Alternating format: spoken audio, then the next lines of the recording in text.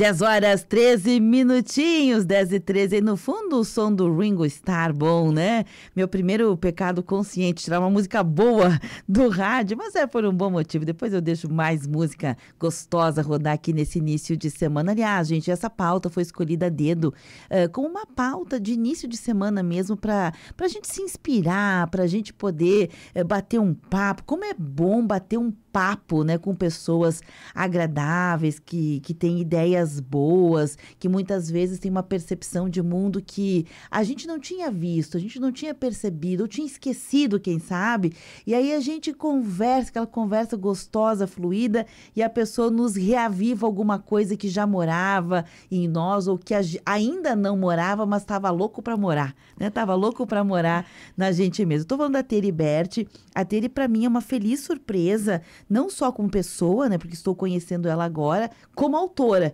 Então, duplamente feliz porque estou conhecendo uma pessoa querida, uma pessoa agradabilíssima, né, que já tinha ficado uma primeira impressão, assim, da pessoa Teri no convite para ela vir como escritora aqui no programa por telefone. E agora, vendo ela pessoalmente, também como escritora de O Primeiro Livro, Além de Mim. Nós vamos falar um pouco sobre as duas coisas, sobre a pessoa e a pessoa que se constitui escritora, porque não sei se é possível, né, separar uma coisa da outra, acho que não é possível. Teri, seja bem-vinda, bom dia, tudo bem? Bom dia, muito obrigada, Beverly, pelo convite, bom dia a todos que nos escutam. Que bacana. Quando eu falo de um conjunto de elementos que fazem a gente se sentir num lugar gostoso, é como se fosse uma geografia da vida, Teri. Essas características que tu trazes contigo, que já tinham me deixado impressionada no dia que nós conversamos por telefone há mais de mês atrás, porque eu já venho convidando, né, ensaiando aqui com a Teri há um tempinho, desde que eu soube, né, da escrita dela através da Maria Helena Lacava, que é a livreira de plantão aqui no programa. O livro, inclusive, da Teri está disponível na Livraria Mercado de Ideias. Enfim, a Maria Helena me disse, olha, esse livro aqui, Beverly, ela é minha curadora de leitura, você deve ler, você vai gostar, li e gostei. E ela disse, se tu tiveres oportunidade um dia, chama a Teri, porque é um bom papo. E eu fiquei pensando, será que é um bom papo mesmo? A gente sempre fica assim, né? A Teri é aquele tipo de pessoa que gosta de artesanato, embora ela não tenha me falado, fica na cara assim que ela gosta de artesanato, que ela gosta de convidar pessoas para sentar-se e conversar, jogar aquela conversa fora, que ela gosta das minúcias, dos detalhes, para ela isso faz diferença na vida e a gente vê pela tua figura, né, como imagem e vê no teu comportamento, vê no livro, né, a questão, eu vou mostrar para as pessoas entenderem, né. Olha, hoje ela trouxe o meu exemplar. Agradeço, eu estava com o exemplar da Maria Helena, né? Vou mostrar aqui.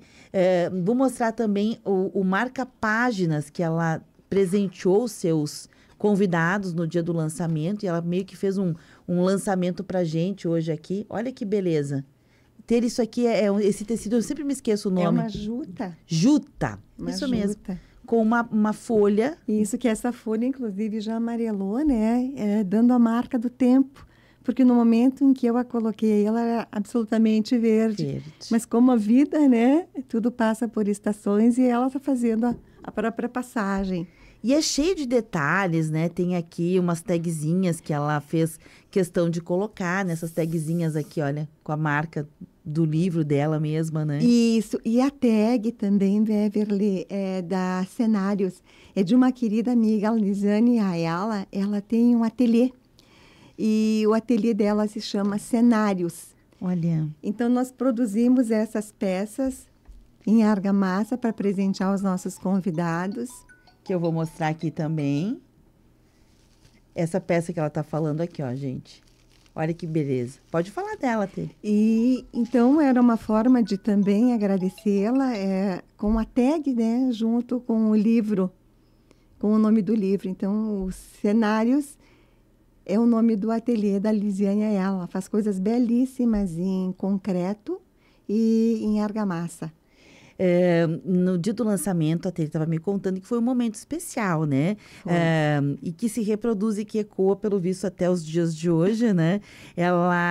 O convite para o artesanato é que cada pessoa que estivesse presente pudesse acender a sua vela no mesmo dia. Os outros, exatamente, né? Com essa intencionalidade de que a gente seja luz uns dos outros. E que a gente siga, né, sempre iluminando caminhos, trazendo um pouco de leveza para o mundo, que esse é um jeito mais terno de viver.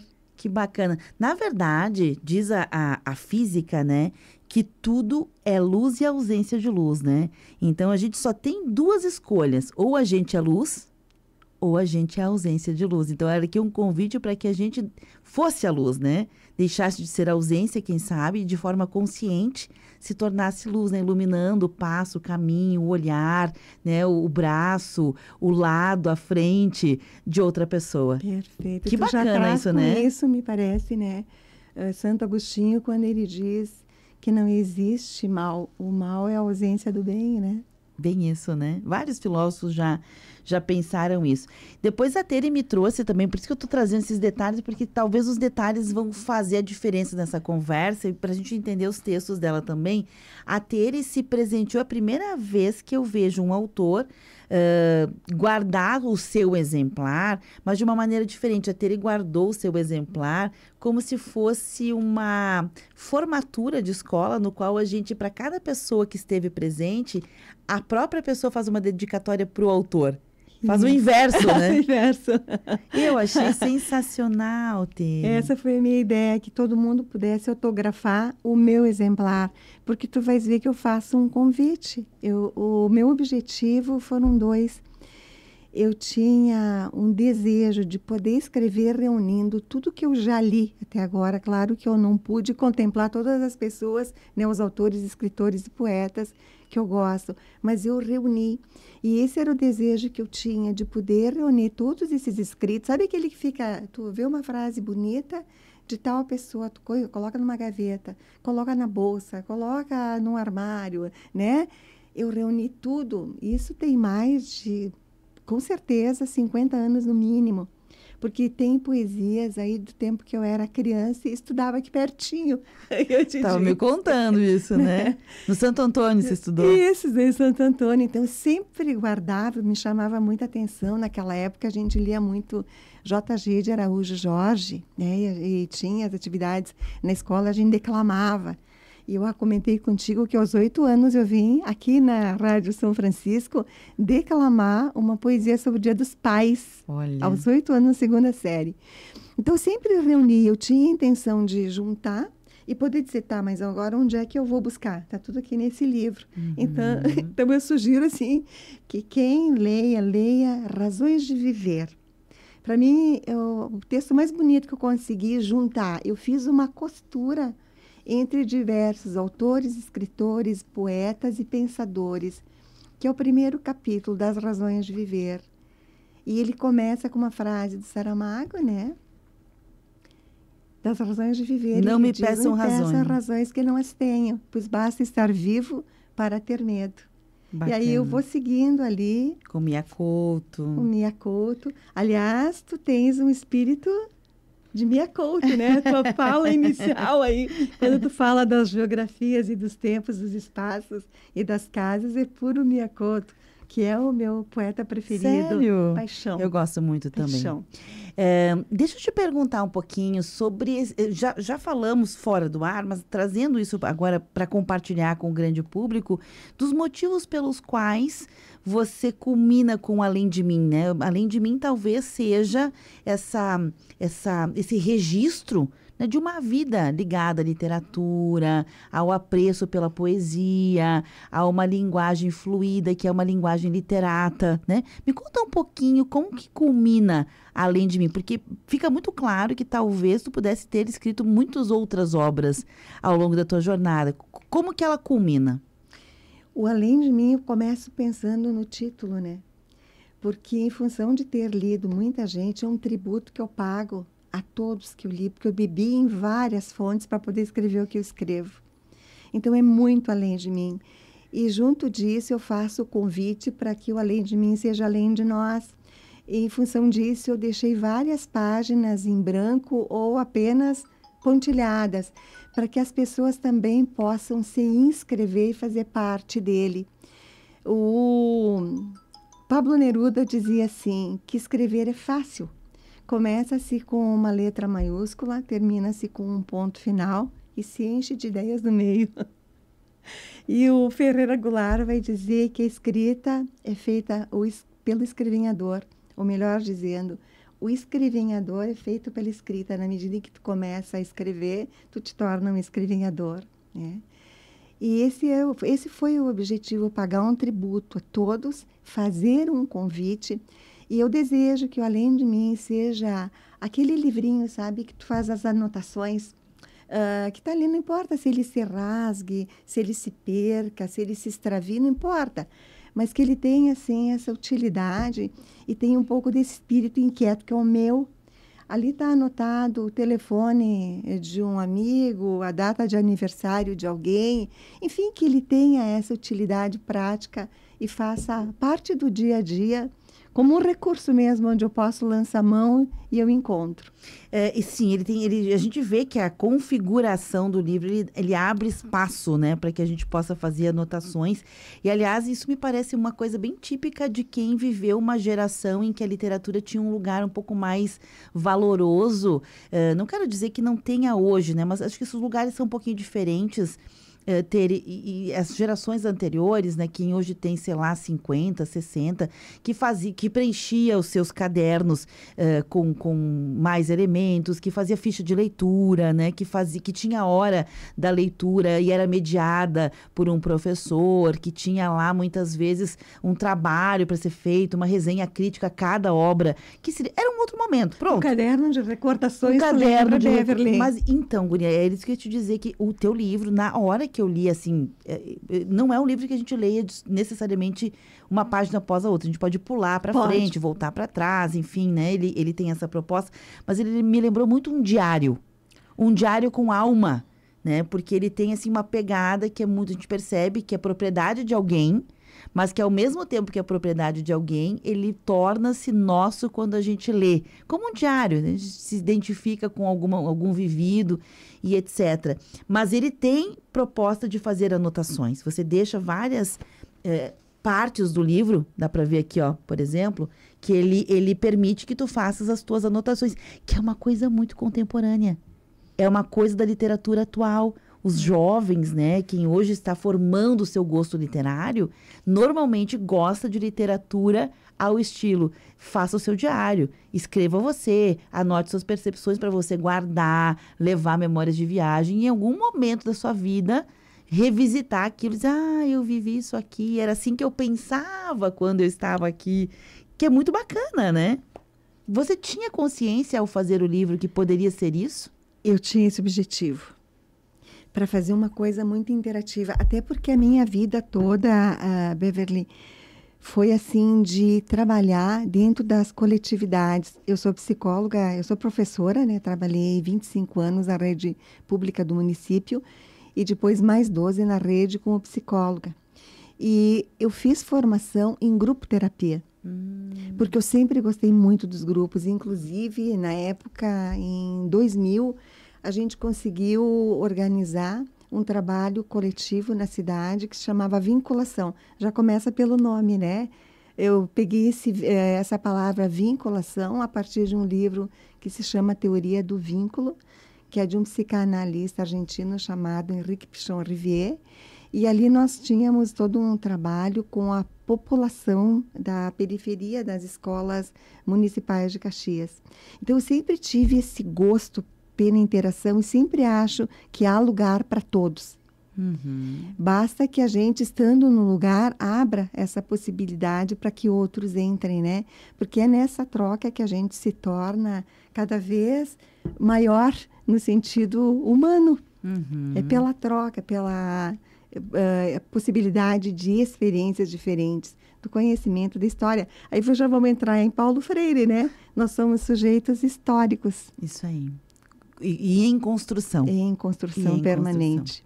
Eu vou, se tu me permite, claro, Tere, pois não. Eu quero ler uma crônica aqui da Tere dentro da obra. Ele talvez seja um pouquinho mais longo, mas ele é interessante, ele tem um pouco a ver com o que nós estamos falando. É O Velho Era o Tempo.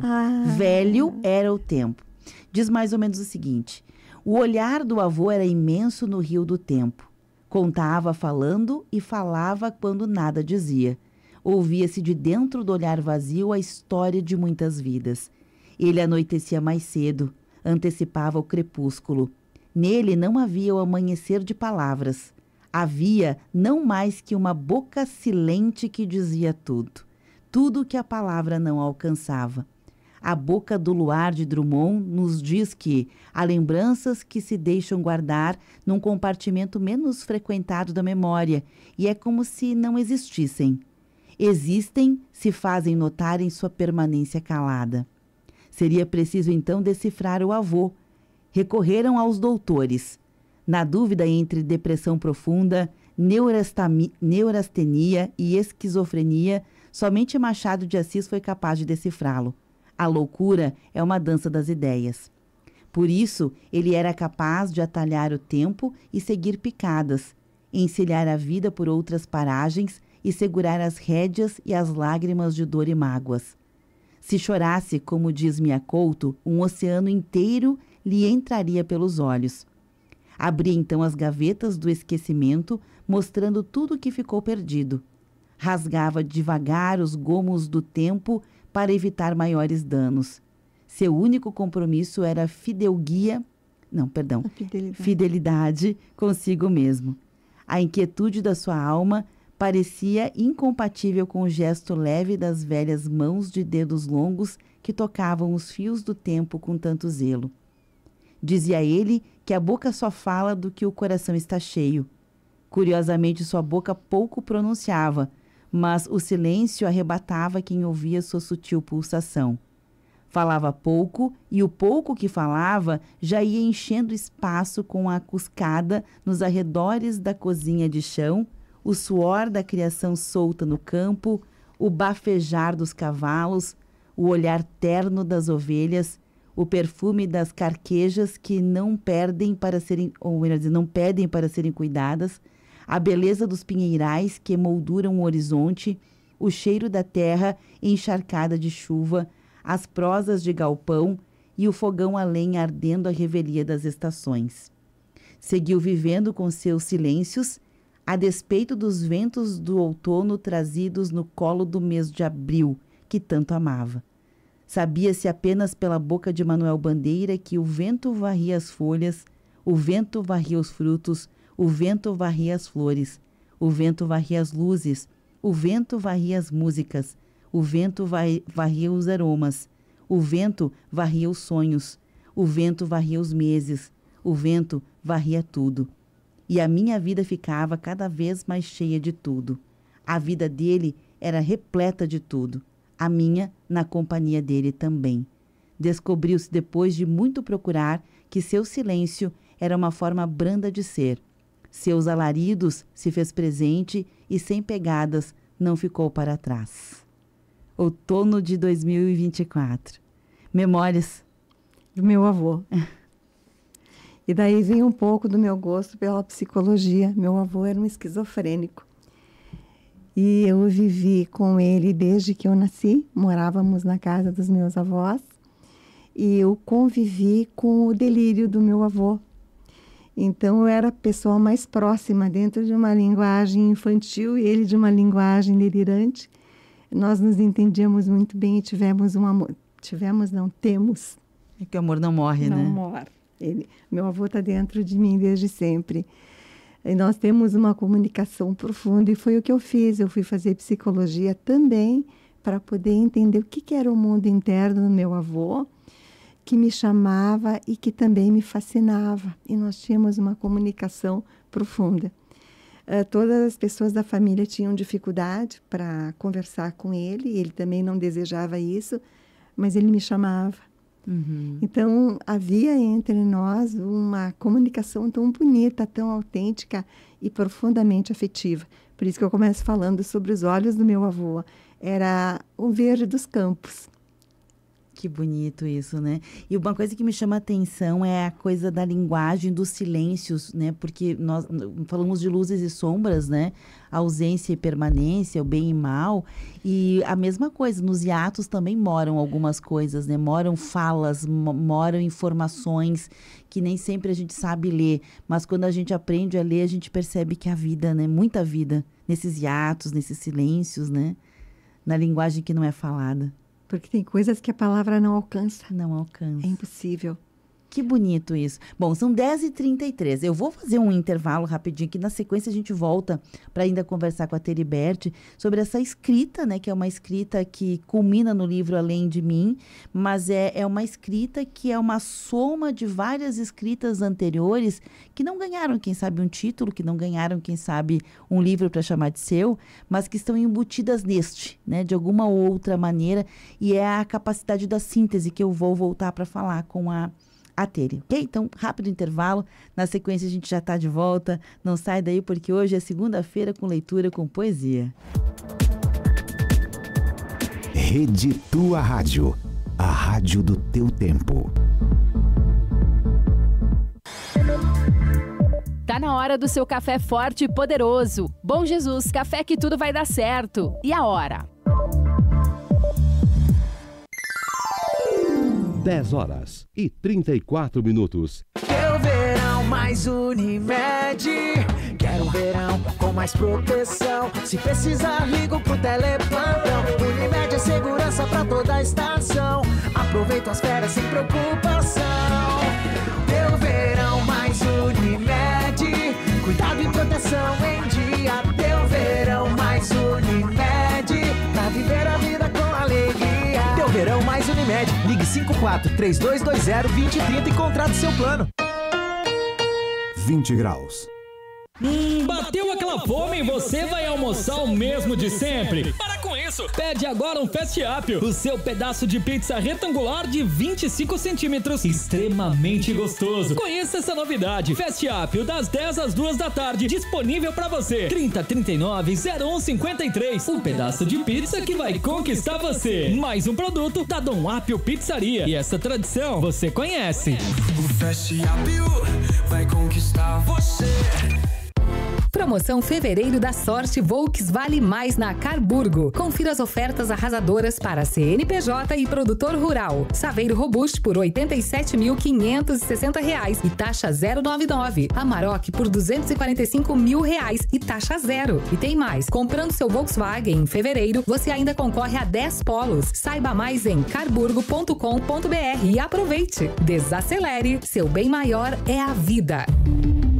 Volkswagen.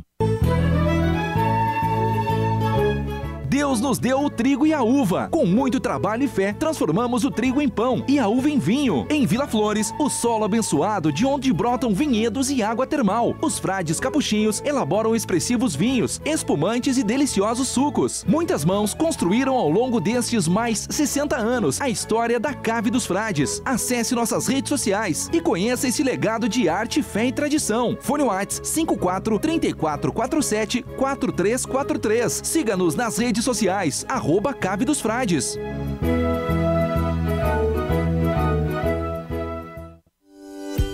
Atendimento facilitado pelo WhatsApp. Na Sicredi Pioneira você pode. É isso mesmo. Você fala diretamente com o seu gerente de conta, sem precisar sair de casa. Basta chamar no WhatsApp. Fácil, né? Mas você só pode garantir esse benefício se o seu contato estiver atualizado no cadastro. Acesse seu aplicativo e confirme ou atualize seus dados para facilitar a sua vida.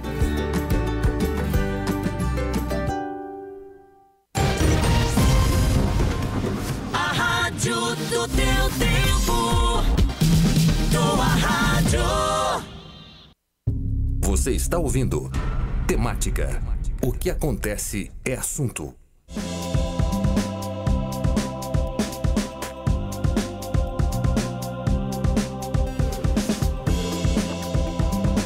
10h38, retomando o programa Temática de hoje, segunda-feira, isso mesmo, dia 17, já estamos de volta aqui no estúdio. Eu tenho a alegria, né, de trazer a Teriberti para um papo sobre a vida, mas ele é norteado pela obra, né? Ela acabou um pouco forte, né? Já faz algum tempinho.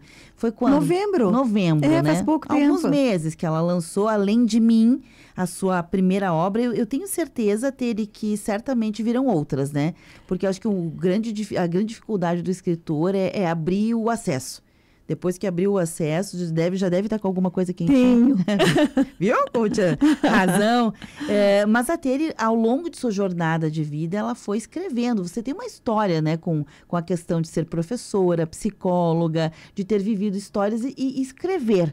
Como é que você começa a escrever? Como é que foi escrever para você, Tere? Escrever sempre foi uma coisa natural dentro da minha casa. Porque a minha mãe era professora, minhas tias, naquela época que todos os irmãos eram professores, inclusive os irmãos homens da minha mãe eram professores. Então, escrita para a gente, a leitura era uma coisa muito natural. Eu até escrevo ali no livro como é que eu escrevia, como é que eu lia algumas coisas escondidas, que eram os livros que a minha avó, uma portuguesa, com certeza muito conservadora, mas nem tanto, né? A avó não deixava que eu lesse Castro Alves. Então, ela dizia que era uma leitura muito, como é que ela não dizia picante, ela dizia que era muito sedutora, alguma coisa assim, então ela não deixava. E ela escondia esses livros no porãozinho onde o vô guardava a lenha. Então, era aquela prateleira assim, super empoeirada, e eu ia lá e pegava exatamente espumas flutuantes. Como eu não podia ler, eu decorava escondido. E com isso eu desenvolvi uma capacidade enorme para decorar. Por isso que na escola me chamavam, né, para declamar as poesias, porque para mim era fichinha decorar, assim que eu aprendi. Olha, que interessante. Se não me engano, Espumas Flutuantes, que eu li, mas há muito tempo atrás, é sobre a questão do navio negreiro, né, que fazia a travessia, né? Isso. É um poema, né, se eu não me engano, é um poema. Exatamente, tem poemas ali. Que interessante. E é bem como diziam para nós, não faz tal coisa, a gente ia lá e queria fazer exatamente aquilo, né? A Tere me trouxe aqui, tem várias, para Tere, vejam que eu errei algumas palavras no texto que eu fui ler sem ter lido antes, né? E ela sabia de cor a palavra, né? Eu fico imaginando que para ti devam ser quase que mantras. É que a gente lê, relê. Quando tu vai construir assim, pelo menos eu, né, uma poesia, a gente faz rabiscos. E tu vai organizando as palavras como se fosse um brinquedo. Para mim, escrever é um brinquedo. Me faz muito bem escrever, porque para mim é uma atividade lúdica. Quando tu lê um poeta, a gente se inspira em vários, né? Eu gosto demais, por exemplo, do Paulo Leminski. Eu acho, assim, uma poesia... Não sei nem como definir, porque ela entra na gente. Ela é profunda. Profunda. O Paulo Leminski, acabei de falar do Ferreira Goulart, que eu também acho de uma beleza, né? O Fernando Pessoa. Tem um outro poeta maravilhoso que eu gosto demais, que é o Walter Hugo Mãe, que é um português. Ele tem uma poesia densa, forte, contemporânea, que te faz a ligação com o mundo. É um questionamento sobre a vida e a organização de sociedade. Eu gosto muito disso. Isso me lembra muito Marina Colasanti, quando ela fala com aquela leveza toda, com aquela beleza, em nenhum momento ela esquece de todas as questões sociais e ela traz para o texto, né, de uma forma responsável, séria, que te faz pensar sobre o mundo e o que tu faz no mundo enquanto sujeito, né, história, pegando Paulo Freire, né, em constante construção. Então, eu acho que quando eu pelo menos escrevo, e já vi várias pessoas que escrevem bonito, né? Aí esses que eu me inspirei, eles dizem a mesma coisa, que é uma construção. E a gente não sabe quando escreve, aparece a ideia, não é quando a gente quer. Às vezes, dormindo, a Clarice Lispector falava sobre isso, que às vezes ela escrevia durante a noite, que é quando dava inspiração, e ela não tinha hora para ir dormir. Claro que eu não sou uma Clarice Lispector, né? Mas ela fala daquilo que sente quem escreve. Aparece a ideia, levanta e escreve, porque depois a ideia vai embora. Eu sonhei esses dias com alguma coisa que dizia de estrelas no céu de uma boca.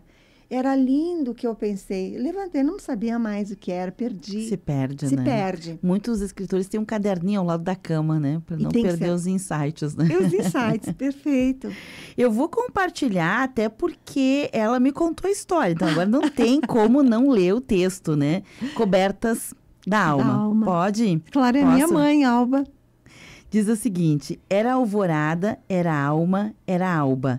Era poente e poesia. Era crepúsculo e logo anoitecia. Era ocaso e também noitinha. Era uma tarde sempre a entardecer. Era brisa, vento e bonança. Era sopro vindo de longe, era instantes de outras medidas. Era silêncio antes de haver palavra, era segredo antes de haver razão. Era excessiva no contar das horas, era contida no coração. Abandonada por vontade própria, amante da solidão, alba, nômade, que não encontra terra, alma eterna que não tem chão. É a dona Alba. Isso, Alba Alma, ela faz um trocadilho aqui. Alba, claro que a gente não saberia se tu não me contasse a história. E tem uma história aqui por detrás, né, das cobertas. Você quer contar? Posso contar? Pô, claro, por favor. A minha mãe morreu aos 96 anos, eu sou uma filha única. Então, para a época dela, né, que normalmente as famílias tinham muitos filhos, eu sou uma filha única. E antes de morrer, ela começou a se destrinchar, como dizia ela, de todas as coisas que ela tinha guardado. Então, uma fotografia, um escrito, uma roupa. E ela dizia assim, eu vou doar agora. Vou dar destino agora. Porque depois, quando eu morrer, você vai dizer assim, minha mãe nunca falava tu, era você. Ela diz, depois você vai ficar, isso aqui era da mãe, isso aqui a mãe gostava tanto, eu não vou dar. Eu vou deixar só as cobertas da alma, quer dizer, o essencial. E das cobertas da alma, ela deixou, de fato, 2 cobertinhas finíssimas, que tem o cheiro dela, e eu uso até hoje. São as 2 cobertinhas. Então, a minha mãe teve essa preocupação de se fazer ausente ainda na presença, para que eu pudesse, ela dizia, você é muito sozinha, você tem um marido e as filhas, mas de família você é muito sozinha, só eu e ela, e os primos todos, né, muito longe, e as irmãs, sobrou uma, né, que hoje tem 85 anos. Então, ela sabia desse vínculo que nós tínhamos, dessa comunhão de 60 anos. Puxa, perder uma mãe com 60 anos é uma bênção. É verdade, né? verdade. Então, eu tive essa oportunidade de viver com a minha mãe todos esses anos e aprender uma barbaridade com ela. Por isso, cobertas da alma. E eu te dizia que a minha mãe tinha, tu vê que tudo tem a ver, né, com o funcionamento do psiquismo. Minha mãe era uma mulher melancólica. Quando eu escrevo aquela frase que parece uma redundância, era uma tarde sempre a entardecer. Tá, mas o que é uma tarde sempre a entardecer? Mesmo no auge do sol de uma tarde, a minha mãe já era tardinha. Porque havia nela algo de um entristecimento, de uma melancolia, que ela sempre virava crepúsculo, assim como meu avô. Ensimesmamento, né? Ensimesmamento. Ela tinha. Aquilo já te endereçava para um final de dia. Uhum. Esse era o jeito Alba de ser. Olha que interessante. Claro que a gente lê os textos da Tere, não vai saber de todas as histórias por detrás de cada texto, mas eles são lindos, poéticos, nos tocam, né? E é bacana demais conhecer essas histórias. E eu queria te permitir que tu pudesses também contar um pouquinho sobre esse teu fazer literário, que fica muito evidente agora conversando contigo, que além de poesia, além de muito bem escrito, além de uma cara que quase que diária, assim, que revela um pouco da autora a cada texto que a gente lê, que nos permite fazer anotações, também tem a soma dos teus vividos, né? Fica muito claro isso, né? As tuas andanças com trabalhos, quem sabe, num lugar de tratamento contra o câncer, fica muito claro isso, das tuas vivências com os entes da família, né? E que você vai colocando em cada texto. É uma catarse também? Também. Queres ver, Beverly, eu tinha tantas coisas escritas. E eu tive um câncer em 2018. E aqui eu já posso fazer um apelo para as pessoas. Por favor. Eu tive um câncer de intestino. É um câncer absolutamente curável, mas tu tem que fazer a procura do atendimento com brevidade. O que aconteceu comigo? Eu fui para o médico e ele disse, tu tens 58 anos, tu já fizeste uma colonoscopia? Eu disse, não. Ele disse, nunca ninguém te pediu, né? Eu disse, não, nunca ninguém pediu. Ele disse, porque as mulheres vão e o que fazem? Exame de mama e outros exames e não fazem esse. É obrigatório fazer. Eu fiquei com medo. E eu até digo ali, entre o medo e a necessidade, venceu o medo. Eu fiquei com medo e não fiz. Eu extraviei dentro de casa a solicitação do exame. E eu tenho uma filha que é médica, ela mora em Bento Gonçalves, e um dia eu comentei com ela, digo, Isabelle, eu não fiz o exame. Ela disse, então eu vou fazer a solicitação e tu faz já. O que tu está esperando? Quando eu fui fazer, aqui é um tributo que eu pago, doutor Tiago Luciano Passarim, que é um excepcional médico, um excelente cirurgião. Eu fui para fazer o exame e eu, inclusive, relato no livro a serenidade com que ele me deu a notícia. Fiz o exame, ele viu que tinha lesão, ele sentou-se ao meu lado no hospital e ele disse, botou a mão no meu ombro e disse, não te apavora, eu encontrei uma lesão, nós vamos retirar e tu vai ficar curada. Puxa, aquilo me deu um alento. Só que como humana que eu sou, entra um mecanismo poderoso que é a negação, né? Eu saí dali assim, olha, acho que era um calo no meu pé, era a mesma coisa. Encontro com o meu marido na sala de espera, que já sabia, porque o Tiago tinha noticiado, meu marido está desmontado. E eu, lépida e faceira. 2 dias depois, a minha filha mais nova, a Maureen, indo embora para o Canadá. E aí, conta ou não conta? Conta ou não conta, né? Ela já estava ansiosa o suficiente para fazer a mudança toda, né? A outra organização de vida. Contei para o meu genro, Fernando. Ele disse, deixa que quando eu chegar lá, eu conto devagarinho para ele. Enfim, fiz a cirurgia, só que o câncer tinha saído do intestino. Eu tinha uma metástase nos linfonodos. Por isso eu fui para a quimioterapia. E é isso que eu quero dizer para as pessoas. Quando tu faz um exame desses, tu podes ter pólipos. Os pólipos são comuns. Basta retirar os pólipos e não existe mais o câncer. Não tem como se transformar, porque o pólipo é o início, né, do câncer. Eu não fui. Então, quando eu fui, eu já tive que ir para a quimioterapia. 7 anos agora, em março, é dado como curado, né? Porque não tive nenhum... Enfim, recidiva. Não tive recidiva, né? E, graças a Deus, não. Mas o que eu faço, assim, apelo para as pessoas, não tenham medo. Porque eu entendo que dá medo. O medo de fazer, o medo do resultado, é uma coisa que atordoa. E foi em cima disso que eu comecei a escrever o Conto na Onco. Sempre uma história. Eu vi. Bem bacana. E ali eu vou contando, inclusive, das minhas loucuras, né? Como humana que sou, me desorganizei uma barbaridade. Não é pelo fato de ser psicóloga que não vai se desorganizar, porque eu sou feita de sentimentos e tenho psiquismo. Eu conto ali que eu comprei 12 pares de tênis. 12. Eu chegava numa loja, via... aconteceu, né? Cheguei na loja, vi um tênis bege... Comprar. E um preto, iguais. Comprei os 2. Como forma de organização. Sabe que na minha análise pessoal, a gente foi ver na terapia isso, né? E a minha terapeuta diz assim, parece que tu queria fincar os pés no chão.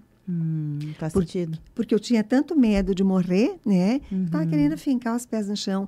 E não de graça, eu comprei 12. Significa um ano, né? Então, pelo menos um ano, estou aqui com o pé fincado no chão, porque foram 6 meses de quimioterapia. Sim. E ela derruba. É um número bem simbólico, né? Muito. Bem simbólico. Mas é assunto para um outro dia, né? Com certeza. Tere, a gente ficaria aqui certamente uma manhã mais batendo papo. Como eu disse, a Tere é uma pessoa extremamente agradável, dessas pra gente sentar, tomar um café, ler uma prosa junto, ler junto, é muito bacana, mas o programa tá acabando. Claro. Queria te permitir, Tere, dizer onde as pessoas podem ter acesso à tua obra, né? E o que esperar aí do futuro literário contigo. Beverly, o livro está disponível na livraria da Maria Helena, Mercado que de é o Ideias. Mercado de Ideias, né? Que é na Avenida Júlio, na Via do Pátio. Até quando eu converso com a Maria Helena, ela diz que é na Júlio, por causa da galeria que tem ali ao lado, é a Via do Martinato, Pátio. Né? Isso, a galeria Martinato, ao lado ali, é a Via do Pátio. Está ali com a Maria Helena, que me recebeu como sempre, né? A Maria Helena é uma pessoa extremamente carinhosa e acolhedora. Então, está lá no Mercado de Ideias. E eu tenho já mais 2 coisas escritas, né? Mas eu tenho primeiro que degustar esse aí. Entendi. Calma, né? Calma com a dor. Aproveitem esse, né? Sugiro que pessoas que queiram dar presentes, assim, afetuosos, que queiram uma literatura agradável para começar, que comecem com Além de Mim. É uma obra realmente muito agradável de ler, atemporal, né? E ela também é descompromissada com uma página na sequência da outra. Acho bem bacana. Isso. bem bacana mesmo. E dá para escrever. E dá para escrever, dá para passear. Tere, obrigada pela oportunidade de te conhecer, viu? Beverly, eu que agradeço, né, a oportunidade de estar aqui divulgando uma obra tão singela. Não é singela, gente, isso aqui tem peso, viu? Já vou dizendo. Obrigada, viu? Tere, um abraço para você. Muito obrigada. Bom dia para você também. Eu tenho um compromisso necessário aqui com o intervalo.